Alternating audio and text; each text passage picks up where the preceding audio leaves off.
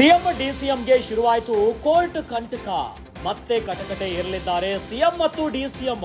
ರಾಹುಲ್ ಗಾಂಧಿ ವಿರುದ್ಧ ಇಡಿ ವಿಚಾರಣೆಯ ಖಂಡಿಸಿ ಪ್ರತಿಭಟನೆಯನ್ನ ಮಾಡಿದ್ರು. ಈ ಹಿಂದೆ ಪ್ರತಿಭಟನೆ ಮಾಡಿದ ಪ್ರಕರಣಕ್ಕೆ ಸಂಬಂಧಪಟ್ಟಂತೆ ಸಮನ್ಸ್ ಜಾರಿಯಾಗಿದೆ. ಸಿಎಂ ಸಿದ್ದರಾಮಯ್ಯ ಮತ್ತು ಡಿಕೆ ಶಿವಕುಮಾರ್ಗೆ ಕೋರ್ಟ್ ಸಮನ್ಸ್ ಅನ್ನ ಜಾರಿ ಮಾಡಿದೆ. ಆಗಸ್ಟ್ 29ರಂದು ಖುದ್ದು ಹಾಜರಾಗುವಂತೆ ಕೋರ್ಟ್ ಈಗ ಸೂಚನೆಯನ್ನ ಕೊಟ್ಟಿದೆ. ಬೆಂಗಳೂರಿನ 42ನೇಯ ಎಸಿಎಂಎಂ ಕೋರ್ಟ್ ಈಗ ಸಮನ್ಸ್ ಜಾರಿ ಮಾಡಿದೆ. ನ್ಯಾಷನಲ್ ಹೆರಾಲ್ಡ್ ಪತ್ರಿಕೆ ಹೆಸರಿನಲ್ಲಿ ಹಣ ಅಕ್ರಮ ವರ್ಗಾವಣೆಯ ವಿಚಾರಕ್ಕೆ ಸಂಬಂಧಪಟ್ಟಂತೆ ನ್ಯಾಷನಲ್ ಹೆರಾಲ್ಡ್ ಕೇಸ್ನಲ್ಲಿ ಇಡಿ ಅನಗತ್ಯ ಕಿರುಕುಳ ಕೊಟ್ಟಿರುವಂತಹ ಆರೋಪ.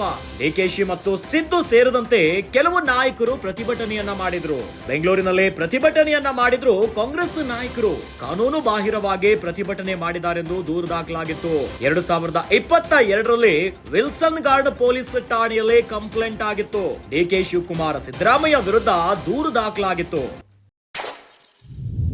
ರಾಜ್ಯದಲ್ಲಿ ಪಾದಯಾತ್ರೆಯ ಪೊಲಿಟಿಕ್ಸ್ ಒಂದು ಕಡೆ ಸದ್ದು ಮಾಡ್ತಾ ಇದ್ರೆ, ಅದಕ್ಕೆ ಟಕ್ಕರ್ ಅನ್ನ ಕೊಡ್ಲಿಕ್ಕೆ ಕಾಂಗ್ರೆಸ್ ಪಾಳ್ಯದಿಂದ ಜನಾಂದೋಲನ ಸಮಾವೇಶ ಆಗ್ತಾ ಇದೆ. ಇವೆಲ್ಲದರ ನಡುವೆ ಈಗ ಸಿಎಂ ಡಿಸಿಎಂಗೆ ಮತ್ತೆ ಒಂದು ಕಂಟಕ ಶುರುವಾಗುಬಿಟ್ಟಿದೆ. ಅದೇ ಕೋರ್ಟ್ ಕಂಟಕ.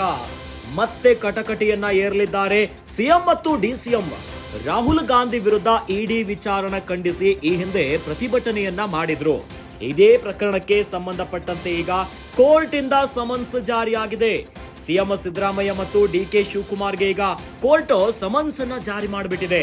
ಇದೇ ಆಗಸ್ಟ್ 29ರಂದು ಖುದ್ದು ಕೋರ್ಟ್ಗೆ ಹಾಜರಾಗುವಂತೆ ಕೋರ್ಟ್ ಈಗ ಸೂಚನೆಯನ್ನ ಕೊಟ್ಟುಬಿಟ್ಟಿದೆ. ಬೆಂಗಳೂರಿನ 42ನೇಯ ಎಸಿಎಂಎಂ ಕೋರ್ಟ್ ಈಗ ಸಮನ್ಸ್ ಜಾರಿ ಮಾಡಿಬಿಟ್ಟಿದೆ. ನ್ಯಾಷನಲ್ ಹೆರಾಲ್ಡ್ ಪತ್ರಿಕೆ ಹೆಸರಲ್ಲಿ ಹಣ ಅಕ್ರಮವಾಗಿ ವರ್ಗಾವಣೆಯಾಗಿರುವಂತಹ ಕೇಸ್ಗೆ ಸಂಬಂಧಪಟ್ಟಂತೆ ಇದೇ ಪ್ರಕರಣದಲ್ಲಿ ಇಡಿ ಅನಗತ್ಯವಾಗಿ ಕಿರುಕುಳವನ್ನ ಕೊಟ್ಟಿದೆ ಎನ್ನುವಂತ ಆರೋಪ. ಸಿಎಂ ಮತ್ತು ಡಿಸಿಎಂ ಸೇರಿದಂತೆ ಹಲವು ನಾಯಕರು ಪ್ರತಿಭಟನೆಯನ್ನ ಮಾಡಿದ್ರು.